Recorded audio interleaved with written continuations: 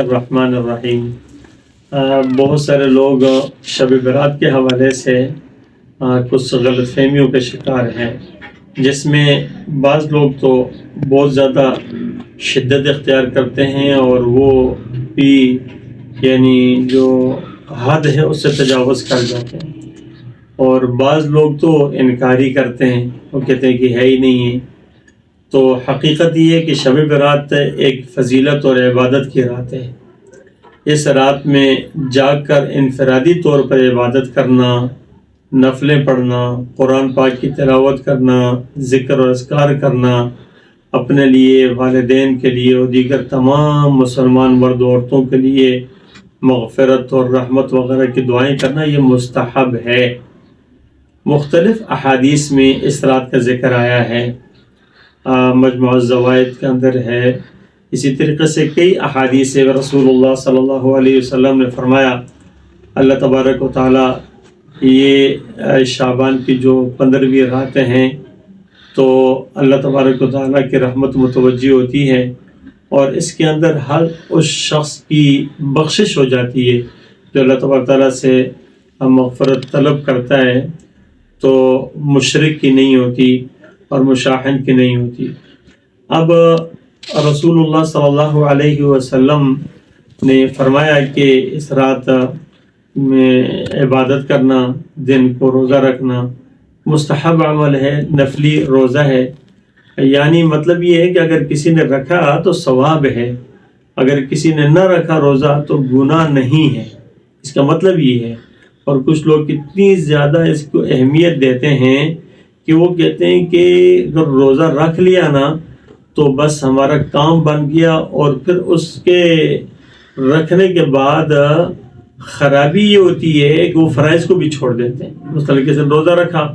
تو وہ دن کو نماز فرض چھوڑ دے گا، یار سویا رہے گا اس لیے کہ میرا روزہ تھا۔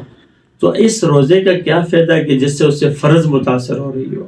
تو بھائی نفل سے فرض کو متاثر کرنا یہ کون سی عقل مندی اور دانش مندی، اس لیے یہ کام تو بالکل نہیں کرنا چاہیے۔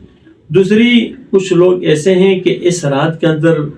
کچھ ایسی بدعات کا ارتکاب کرتے ہیں، وہ بھی سن لیجئے۔ مثال کے طور پہ 15 شعبان کے رات کو خصوصاً لوگ غسل کرتے ہیں، یا 15 شعبان کے رات کو چراغاں کرنا، 15 شعبان کی مناسبت سے قبروں کی صفائی ستھرائی کرنا، اسی طریقے سے 15 شعبان کے رات کو حلوہ بنانا، کوئی چیزیں بنانا، 15 شعبان کی رات کو بیوہ خاتون کا اپنے مرے ہوئے خاوند کے لیے بن سنور کر بیٹھنا، یہ بھی ہے خرافات میں سے۔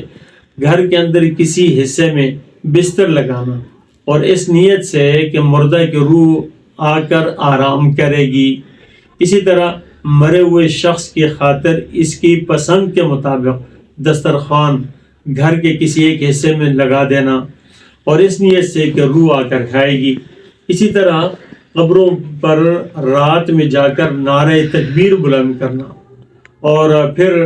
15 شعبان کی رات کو خصوصی طور پہ قبر کی زیارت کو جانا، اور یہ کہنا کہ 15 شعبان کی رات کو چلا جانا اور اس کے بعد پھر کبھی نہ جانا نہ سوچنا، بلکہ اس کو لازم سمجھنا، ہر حال میں جانا۔ اور پھر جو ہے 15 شعبان کی رات کو یہ الفیہ صلاۃ ادا کرنا، 1000، جس کو کہتے ہیں کہ الفیہ ہزاری، یعنی اس میں ایک خاص قسم کی نماز ہے جو لوگ جو ہے نا پڑھتے ہیں، اس کو کرتے ہیں، کوئی حقیقت اس کی نہیں ہے، یہ ساری کی ساری بدعات ہے۔ 15 شعبان کی رات کی مناسبت سے قرآن کی تلاوت صرف 15 شعبان کی رات کی مناسبت سے کرنا، 15 شعبان کی رات کو صرف مساجد میں جا کر اجتماعی عبادت کرنا، اجتماعی دعائیں کرنا، عبادات کرنا، اکٹھے ہو کر کرنا، یہ بھی ٹھیک نہیں بھئی، یہ انفرادی عمل ہے۔ اور